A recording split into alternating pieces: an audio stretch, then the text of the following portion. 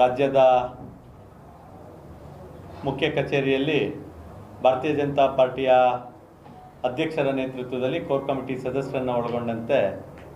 39 ಸಂಘಟನಾತ್ಮಕ ಜಿಲ್ಲೆಯಿಂದ ಜಿಲ್ಲೆಯ ಅಧ್ಯಕ್ಷರು ಮತ್ತು ಕಂಟೆಸ್ಟ್ ಮಾಡಿದಂಥ ಕ್ಯಾಂಡಿಡೇಟ್ಗಳು ಸೇರಿದಂತೆ ನಮ್ಮ ಮಂಡಲದ ಅಧ್ಯಕ್ಷರುಗಳು ಸೇರಿದಂತೆ ಜಿಲ್ಲೆಯ ಪ್ರಮುಖರ ಸಭೆಯನ್ನು ಜಗನ್ನಾಥ ಭವನದಲ್ಲಿ ಭಾಳ ಯಶಸ್ವಿಯಾಗಿ ಮಾಡಲಾಯಿತು. ಅದರ ಮುಂದುವರೆದ ಭಾಗವಾಗಿ ಪ್ರತಿ ಜಿಲ್ಲೆಗೆ ಪ್ರಧಾನ ಕಾರ್ಯದರ್ಶಿಗಳು ರಾಜ್ಯ ಅಧ್ಯಕ್ಷರ ಸೂಚನೆಯಂತೆ ಪ್ರವಾಸವನ್ನು ಮಾಡಿ ಪ್ರತಿ ವಿಧಾನಸಭಾ ಕ್ಷೇತ್ರವಾರು ಭಾರತೀಯ ಜನತಾ ಪಾರ್ಟಿಯ ಸಂಘಟನೆಯೂ ಸೇರಿದಂತೆ ಮುಂಬರುವಂಥ ಗ್ರಾಮ ಪಂಚಾಯಿತಿ, ಜಿಲ್ಲಾ ಪಂಚಾಯಿತಿ, ತಾಲೂಕ್ ಪಂಚಾಯಿತಿ, ನಗರಸಭೆ, ನಗರ ಪಾಲಿಕೆ, ಪಟ್ಟಣ ಪಂಚಾಯಿತಿ, ಪುರಸಭೆ ಎಲ್ಲ ಚುನಾವಣೆಗಳ ಬಗ್ಗೆ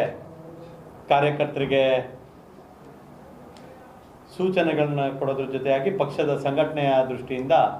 ನಾವು ಪ್ರವಾಸವನ್ನು ಮಾಡ್ತಾ ಇದ್ದೀವಿ. ಕಳೆದ 3-4 ದಿನದಿಂದ ಕೊಡಗು ಸೇರಿದಂತೆ, ಚಾಮರಾಜನಗರ ಸೇರಿದಂತೆ, ಇವತ್ತು ಮಂಡ್ಯ, ನಾಳೆ ದಾವಣಗೆರೆ, ಚಿತ್ರದುರ್ಗ ಈ ರೀತಿಯಾಗಿ 11-12ನೇ ತಾರೀಕು ತನಕ ಜಿಲ್ಲೆಯ ಪ್ರವಾಸಗಳನ್ನ ನಾವೆಲ್ಲ ಜವಾಬ್ದಾರಿ ಇರೋಂಥ ಪ್ರಧಾನ ಕಾರ್ಯದರ್ಶಿಗಳು 3 ಜನ ಪ್ರಧಾನ ಕಾರ್ಯದರ್ಶಿಗಳು ಕೂಡ ಮಾಡ್ತಾ ಇದ್ದೀವಿ. ಇವತ್ತು ಮಂಡ್ಯ ಜಿಲ್ಲೆಯಲ್ಲಿ 7 ವಿಧಾನಸಭಾ ಕ್ಷೇತ್ರಕ್ಕೆ ಸಂಬಂಧಪಟ್ಟಂತೆ ನಮ್ಮ ಅಭ್ಯರ್ಥಿಗಳಾಗಿದ್ದಂಥವರು ಸೇರಿದಂತೆ ಹಿಂದಿನ ಮಂಡಲಾಧ್ಯಕ್ಷರು, ಈಗಿನ ಮಂಡಲಾಧ್ಯಕ್ಷರು ಒಳಗೊಂಡಂತೆ ಪ್ರಮುಖರ ಗ್ರಾಮ ಪಂಚಾಯತಿ ಅಧ್ಯಕ್ಷರು, ZPಗೆ ಕಂಟೆಸ್ಟ್ ಮಾಡಿದಂಥವರು,